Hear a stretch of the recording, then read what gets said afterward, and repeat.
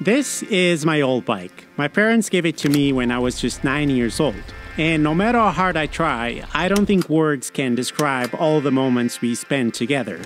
Sadly, 17 years later, it is a bit too old to go on an adventure. So I sent an email. Well, a lot of them, to be fair. And to my surprise, I got a response. This one brand called Marine Bikes was down to give me one of their bikes. This is it. The only problem was I would need to pick it up from their warehouse, 2,500 kilometers away. And well, let's just say I couldn't say no to that. There's no time to sit down and pray. Oh, my Sunny England.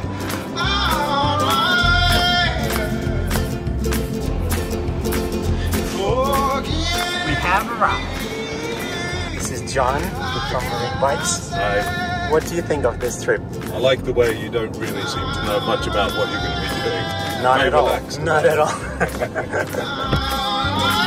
We made it to the headquarters. Show you the bike. So this is Oh, that's a good looking bike. Do you like my bike? Niddy. Even though Ned approved my bike, there were still quite a few things that needed to be tuned before it was fully ready to survive such a long trip. You're making progress. But to be honest, you would be surprised with how little you need to get through a full month on the road. So before I knew it, the bike was ready. First test drive. So far so good. The only thing that's freaking me out is that the brakes are switched because we are in England. So I might have to swap them. I don't know if it's possible, but we'll try.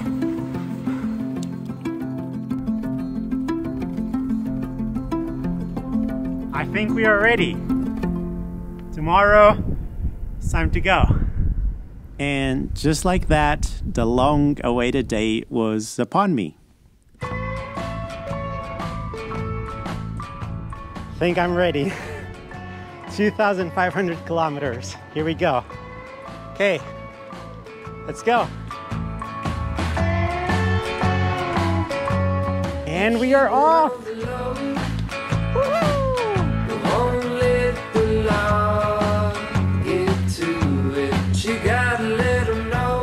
Bye-bye, Corsham.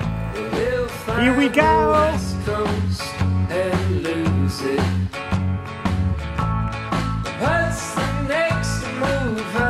Look at these views! Wow! I can't believe I'm doing this. And the sun came out for us. Look at this. Perfect conditions. After I break his jaw. After I break his jaw. They're trying to steal my life from me. A broken bottle. Whew. This is the first proper climb. Oh man, and this bike is heavy. Oh my God, this is heavy. While climbing up wasn't the easiest thing, the descents proved to be a different story.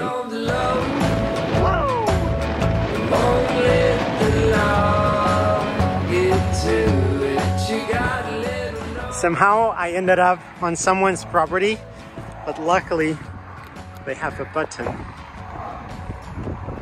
and it doesn't work. Come on, what is going on? Oh, it's moving. Thank you. After spending the first day cycling through the peaceful countryside of southern England, I was greeted with a very special view the next morning.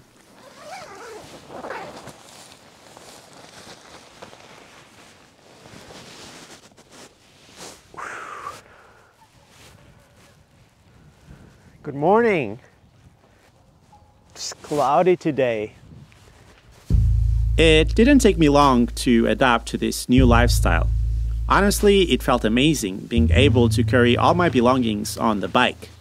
Having the tent, the stove, and everything I might ever need to survive in one of the 4 panniers brought me so much peace of mind.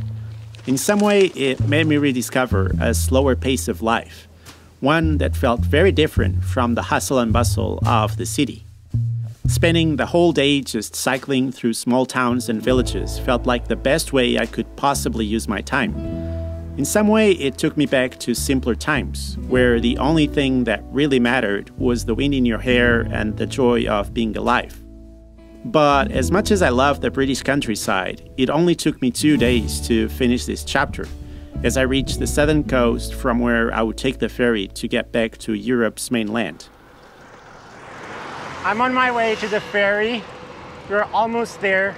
It's 7 a.m. right now, and I'm wearing just a shirt. I didn't know England was this good in the summer. I think I'm the last one. I thought I was on time, but maybe I'm late. Hello. You traveling to Sherborne? Yeah. Alright, lane 4. That's it. Okay. Am I the last one? Yeah. Yes? Okay. Yeah. Okay, perfect. I thought I was on time. Bye-bye. And we are off already. Can you imagine if I had lost the ferry? Oh my God. Like a hound dog, but I'ma come back when she calls. She got ash on the dress and the devil in her eyes. West Texas disposition and the temperature's like mine. That's France. It's a tunnel. As much as I loved England, getting to France felt like a breath of fresh air, as the scenery and architecture changed so much. And as I got used to the bike, I started going faster, sometimes so fast I would surpass other cyclists on the road. But regardless of the speed, there was something truly special about seeing a new country from the seat of a bike. It felt like I was discovering a hidden part of France, one that many tourists never get to see.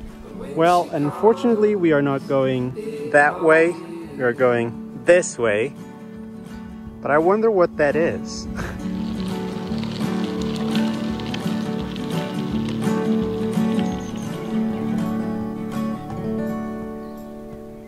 Today's lunch is gazpacho. Gazpacho, I have no idea how to say it in English, but it's basically a cold tomato soup, which is very delicious when it's this hot outside.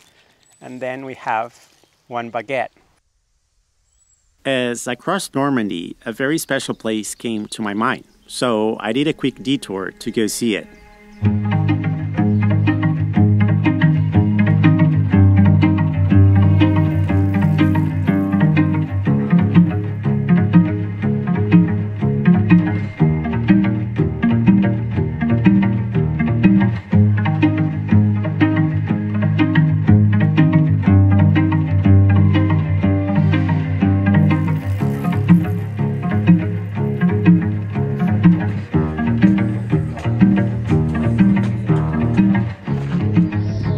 There it is.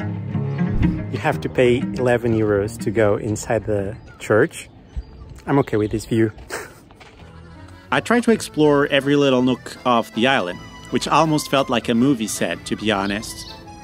I think he's trying to laugh, but he can't. And even though the abbey was insanely pretty, the main reason for my visit wasn't the scenery itself, but the food.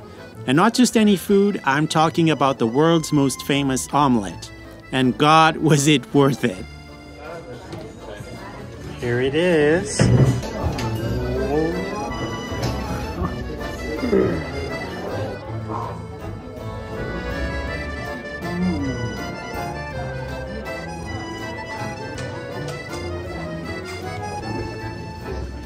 It's all gone.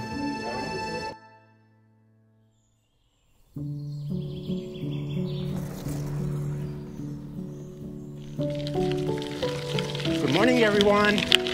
Today is day 6. We already left Le Mont Saint-Michel behind us, and we are now heading towards Rennes, which is like 65 kilometers from here. Yeah, let's keep going. I can still see it. Look at it. So beautiful. This trail along the river has been so nice to avoid the heat. There's always shade and there's this breeze. Oh, it's so nice. But I have no idea what river this is. Honestly, I still don't know what the river is called, but it didn't take me long to get to Rennes, which, by the way, really surprised me with its picturesque facades. Un croissant à Rennes.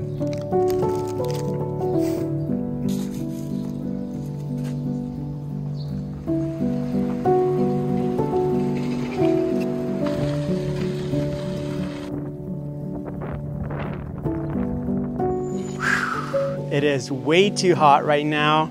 I think it's like 34 or 35 degrees Celsius. So I think I'm just going to park over here and just rest in the shade and wait for the weather to cool down a little bit.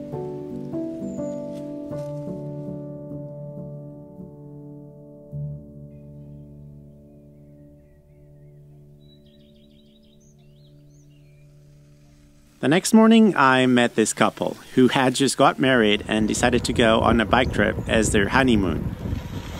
It's 8:50 in the morning and we have done 25 kilometers so far. I need to join you guys more often. Hi! This is Lee. This is Laura. Hi. Can you get closer to each other? As It's too husband hot. and wife. So, can you just explain what your plan is and what are you doing?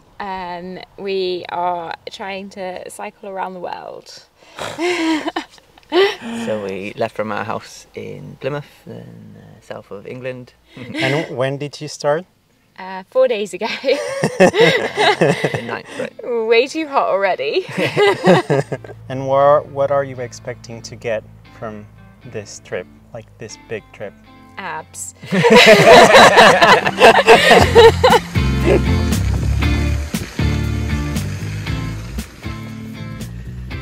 Laura is getting some water from someone's garden.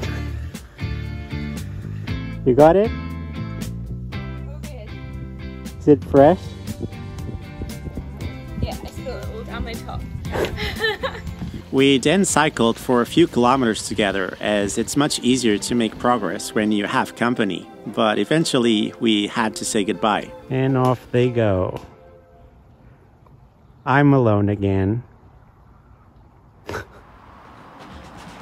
Quick break. I just want to tell you about the sponsor of this video, which is Quadlock.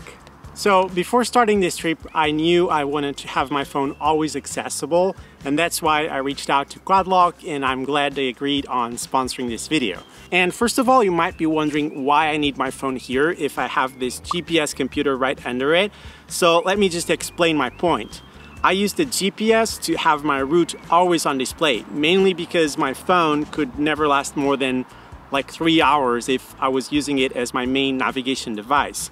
But if during the day I want to find like a specific place, for example, a grocery store or a campsite or a viewpoint, that's when the phone comes into play and I can just use Google Maps to find those places. Besides that, it's super useful to have the phone here if I want to film something while I'm riding. Obviously, I would love to film everything with this main camera, but that's just not doable. So having the phone here allows me to just quickly remove it, get the shot, and then I can just put it back. It's very convenient and very reliable so far. The system itself is also super reliable. I've been through all sorts of terrain, as you can imagine, and I never felt like the phone was going to fall off, which is very important to me. And the case itself is also very protective. I really like the way it looks. It's very sleek. And obviously they offer all sorts of mounts and cases. It's not just for your bike, but also for your motorbike, car, desk, your arm, basically anything you can think of. So yeah, thank you so much Quadlock for sponsoring this video. Make sure you check the link down below to get 10% off on any case or mount of your choice. And let's get back to the story.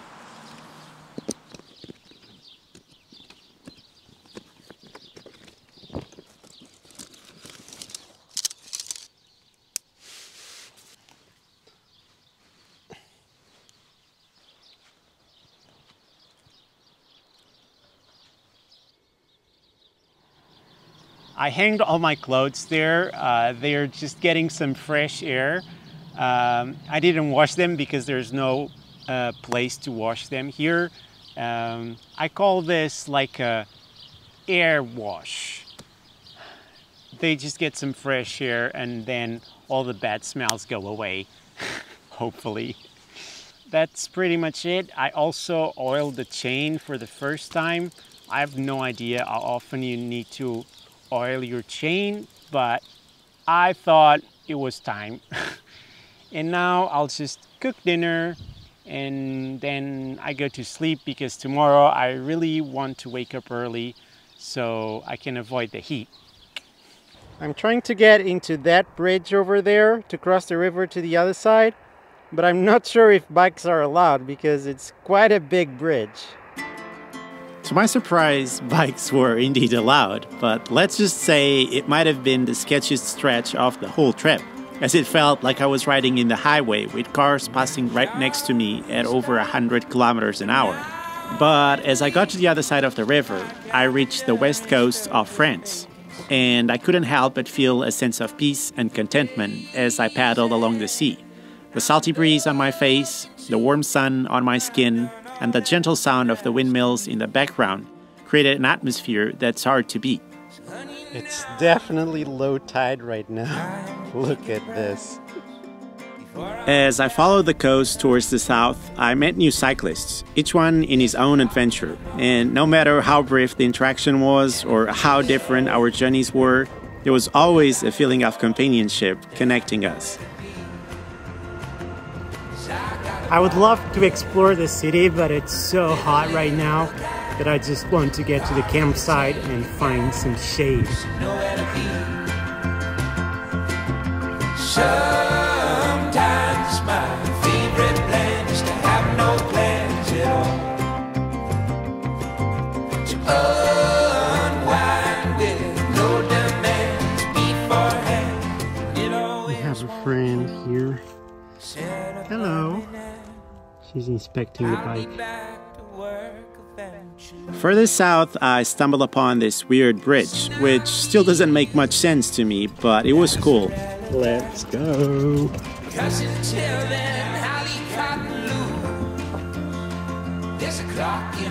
It's so smooth.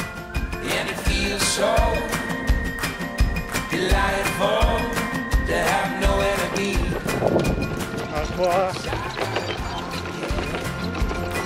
With a little cash, car with a tank of gas, and nowhere to be.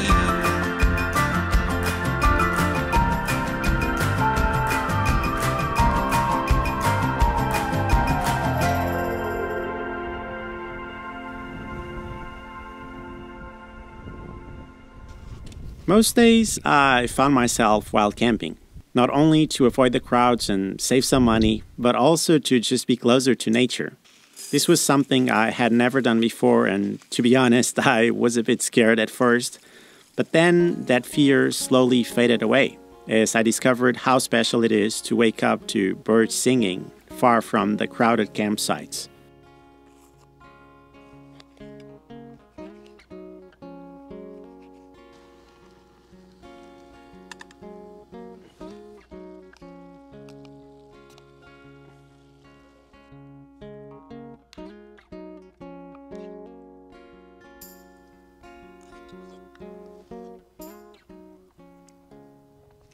Oh, it's so hot.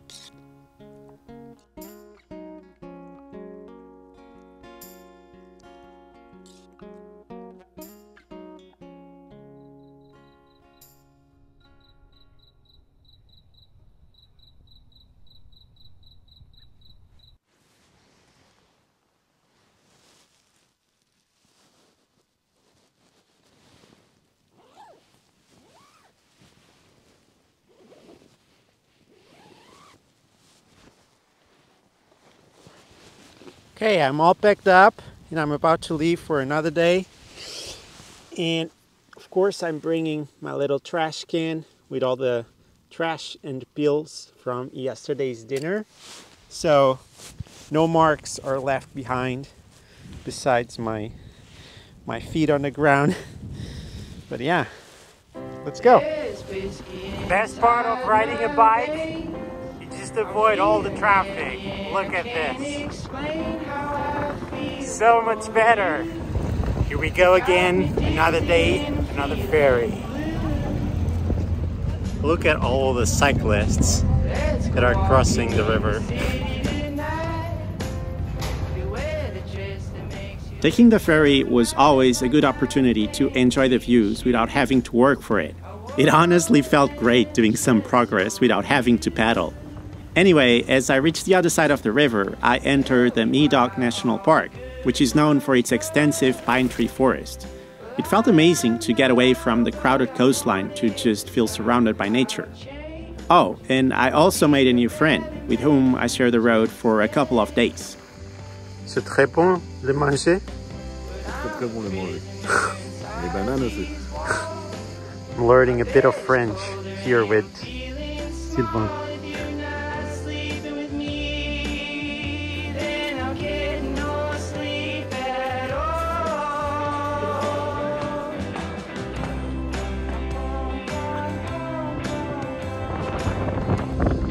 Wow. You like it? I do like. Really nice. Oh look, there's a rainbow there. Rainbow. Since this region is full of cycleways, I kept on meeting new people, and I also came across some of the strangest bikes I had ever seen in my life. Okay, so the bike lane I was following is closed because there's a high risk of fire. So I think I need to take the normal road, which kind of sucks, but it's the only option.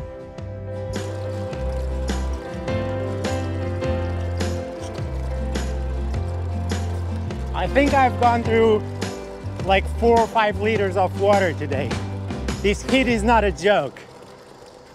Later that day, I found out there was an actual fire going on in the forest, which forced me to detour from my planned route. Okay, so because of the fire, I had to cycle for another 20 or 25 kilometers, I'm not sure. And it was already nighttime, so it really sucked because I was on the main road and the cars were going really fast. Now I ended up in this forest, which I found on Google Maps, and I'm just trying to find a place to spend the night. But I can hear lots of people partying in the background, so I'm just trying to get to this secluded beach near to a lake. But I've never been here before. This is my first time in a forest at night, all alone. And I was expecting to be more scared, to be honest, but I'm actually doing okay. I just want to get there as soon as possible because I'm tired. It's almost midnight and I just want to sleep. And yeah, I think I'll just continue my search and hopefully I'll see you tomorrow. Good night. Bye-bye.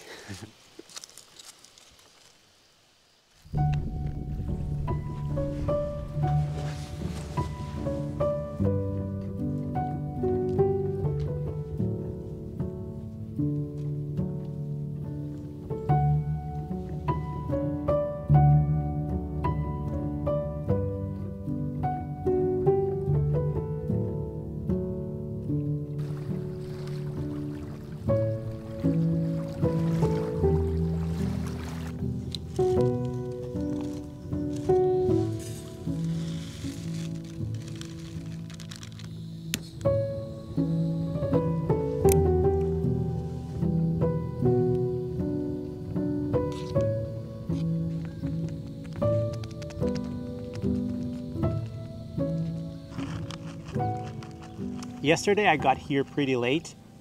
I think it was close to midnight. I don't know why, but I couldn't find a good place to sleep, so I just kept going. And I don't know, I think I cycled for over 20 kilometers trying to look for a good place to sleep.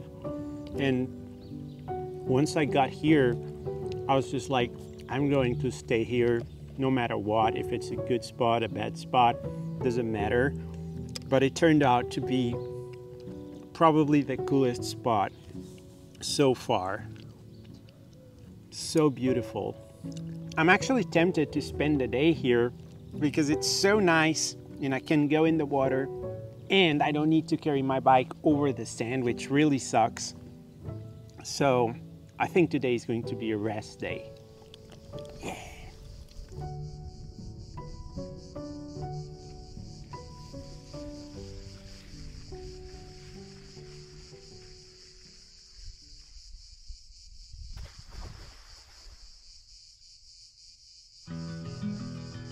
As much as I wanted to take a day off, the road was calling me, and as I kept following the coast, it didn't take me long to get to the very bottom of France. I just made it to Biarritz, and everything looks so fancy here.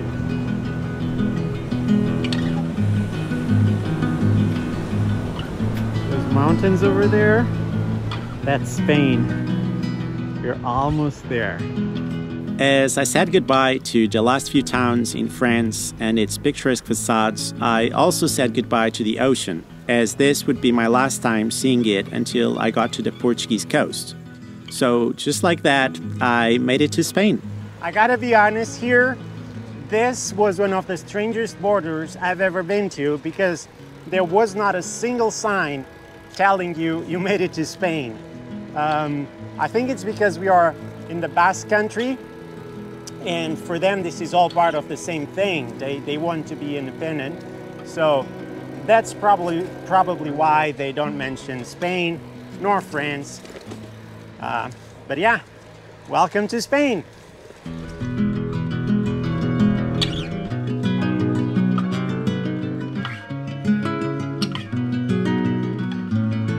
Just making sure we are following the right path. And look at all this uphill. We are over here and we have to get here today. Oh God. The first few kilometers were filled with tunnels, which really helped avoid the heat. But the uphills eventually came. And let me tell you, it is not fun when your bike weighs over 40 kilos. But much like in life, at the end of every long climb, there's usually a reward. And even though the views were nice, the best part was finding this shelter at the very top of the mountain, which felt like the perfect place to cook something for dinner. It reminded me that sometimes the best things in life come when we least expect them. This bike trip had its challenges, but moments and places like these made it all worth it. And as if this was not enough, a few wild horses came by to say hello. Don't wanna die. Anyway, crossing the Pyrenees meant the uphills were gone for now, and there was a whole new country to explore. The landscape had changed, and it felt like a new chapter was beginning. As I kept following the road, I made it to Pamplona, a beautiful city in the north of Spain and the place where I would join the famous Camino de Santiago. So, I'm officially a pilgrim of the Camino de Santiago, at least for 3 or 4 days. While walking is a beautiful way to experience the Camino, I found that biking was the perfect way to fully appreciate the surroundings at a pace that was not too slow or too fast. It allowed me to see more of the countryside, visit more towns, and cover more ground than I would have been able to on foot. And since I was following the Camino, I decided to stay at my first shelter, which was nice to mix it up a little bit. They also had some of the most generous payment policies I had ever seen in my life. Have a good laugh, make a few friends, the kind that last. So tell me there's a reason, or something upstairs. Tell me they've been seeing what's going on down here. 'Cause I get to feel sad, I miss my mom and dad. Why is it so hard to tell them that? When you get to a certain age, you miss what you could have had. Don't really want it back, and hope that you're right on track. For 22 and some change. Do you see this? So, I just got my first, not one, but 2 flat tires. It was totally my fault. I just passed over some spiky plants. I thought it would be okay. Clearly it was not. Luckily, I have 2 spare inner tubes, so we should be okay. Let's swap them. Look, these are the guys.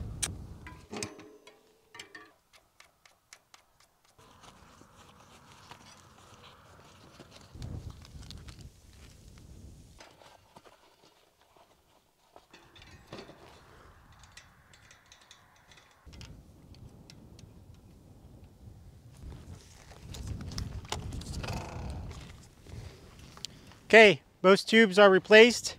Hopefully there are no spikes left. Otherwise, I don't know what to do because I have no more spares. The next morning, I woke up next to this guy who just had the most interesting story. Can you show me your wallet? Can I what? Show me your wallet. My wallet. Here you go. That's my wallet. There's some money inside there. That's all you have right now? Yeah, that's all I have. How much? How much is that? Well, it's like what? Probably 12 maximum, 12 euros. So it's not a lot. So, this is Steve. Hi, everyone. Oof. Can you just tell me a little bit about your story and what you're doing? Well, basically, I started in Denmark and I did the Camino, Santiago, all the way from north. And now I'm going back and then I'm going to walk to China, and I do it, no credit cards, no bank cards, no money. So I just get donations on the way and I live as I go, so I don't worry about a lot of things. So, and you told me you suffered a lot from depression. Yeah, I did. You feel like you're past that? Yeah, at this point? With this travel, like I feel like I'm less into the depression than I was before. So like this travel really helps a lot, because that's why I say, like, sometimes when people are depressed, they want to be alone, they don't want to go out of the house, yeah, they don't want to talk to anyone, and that's what makes you more depressed. So this journey helps me a lot, because you're constantly on the way, you meet new people, and you get like the feeling of life back, you know? Yeah. You want to do things, and then you want to create things, and you even want to make plans for the future again. Do you manage to eat every day? Not every day. It depends, like maybe sometimes you get like food like maybe once in 3 days, once in 2 days. You have to go with the mentality, like, don't think about what you eat, when you eat, and where you're gonna sleep. You don't think about those things. After hearing about his story, I obviously had to make my own donation. And you can do it too. The link is in the description. It was so nice to meet you. Same. Good luck with your journey. You too. All the best. All the best to you too. Bye-bye. Bye-bye. See you. See ya. I do believe we don't cross paths by chance. And after meeting Steve and hearing about his journey, it was pretty clear why we had met. All of a sudden, I felt so grateful for having a bike that allowed me to move faster, for being able to eat whenever and whatever I want, and for all the comforts I still had, regardless of how simple my life on the road was. All right, the time has come. If I wanted to stay on the Camino, I would turn right. I want to go towards Portugal, following the Eurovelo 1. So I'll just go straight towards the south. So goodbye, Camino. It was a pleasure.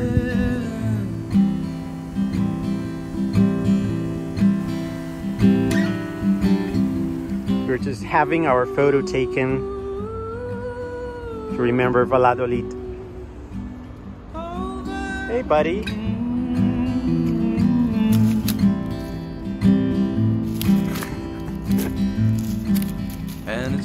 Good morning. Oh, I'm so tired. Oh my God, I don't want to cycle for another day. Waking up to this, it's just the best feeling ever.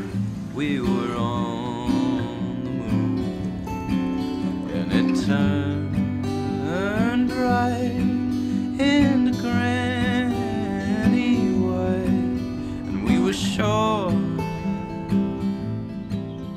of it all. I just made it to a town called Tordesillas. The only thing I know about this town is that it was where the Portuguese and the Spanish back in the days signed a treaty between the two, saying that half of the world belonged to the Portuguese and the other half belonged to the Spanish. Not greedy at all. But yeah, it was a long time ago. It's a pretty small village for such a big treaty.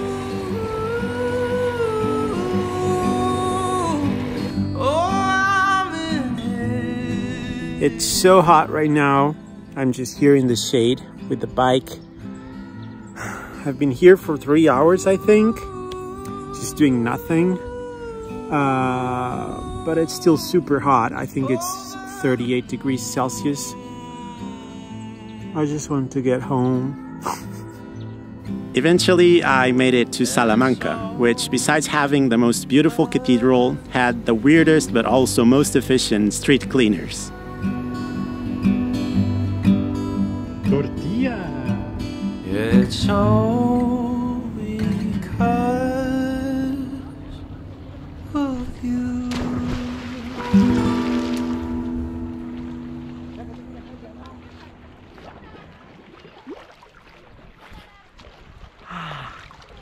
As the days went by, I couldn't help but feel a growing sense of nostalgia as the landscape began to resemble the rolling hills of my homeland.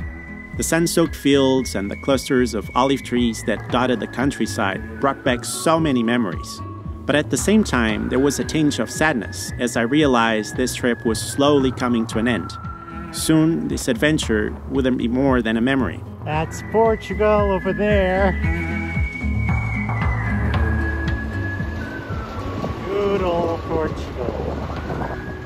The landscapes, the people, and the food made the last few days of this trip very special. As I headed west through the valleys and mountains of the inland, I got to the famous road that spans across the country and connects the north to the south. Nacional 2. Sun shining off the ocean in my eyes. I just found this by total accident. This is the house where the Portuguese dictator was born. By total accident. I kept on following the Mondego River, with a few incidents here and there, but I was just too excited to be bothered by that.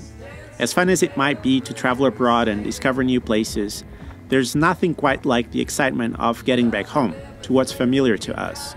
And after following the river for a couple of days, I eventually made it back to the ocean, which felt so special after spending so many days cycling through the barren landscapes of Spain. So glad I came this way.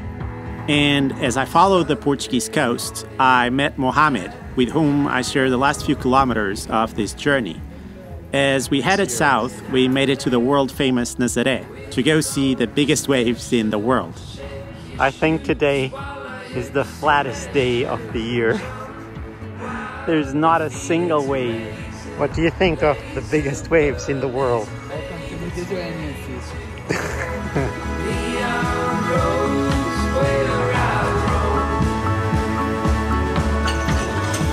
Foi fresquinho na Nazaré de Sardinhas.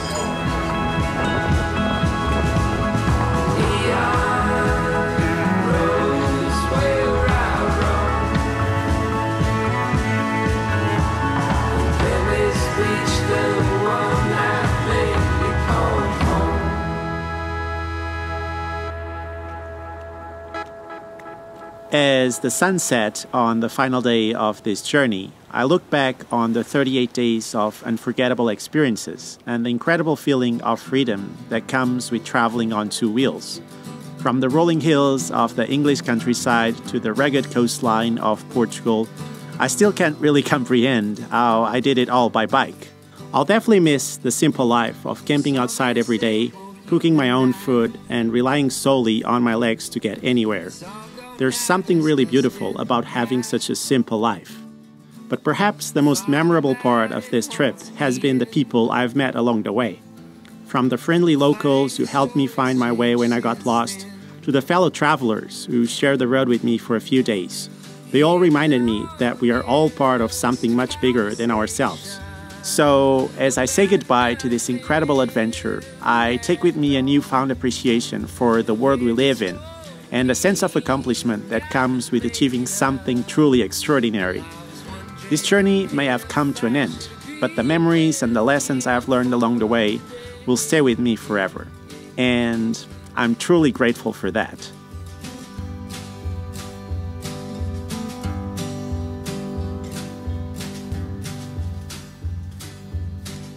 The highways flooded my side of town. The water's calm and I like the sound. And I hope the pictures that I found follow your memory and drown.